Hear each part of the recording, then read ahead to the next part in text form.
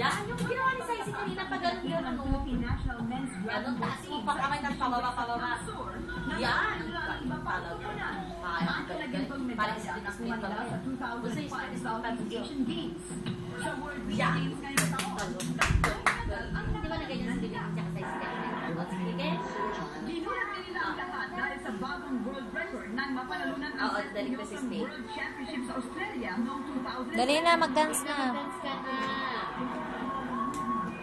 Kahit pakunan ng ulan, Dance. We brought yung mga gatas para sa daily food meal. 5 kilos of rice per athlete, yes. Then, nagbaon kayo? Nagbaon kami. Ng bigas. Para makatipid rin sa transportation in vlogging namin.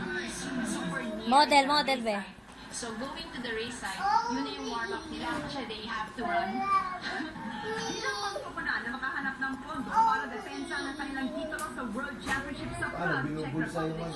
Model muna, anak. Dali. Because yung just to send one athlete is 150,000 and we have to send at least 23. Kumapila kami, so namin sana itaas yung bandila namin.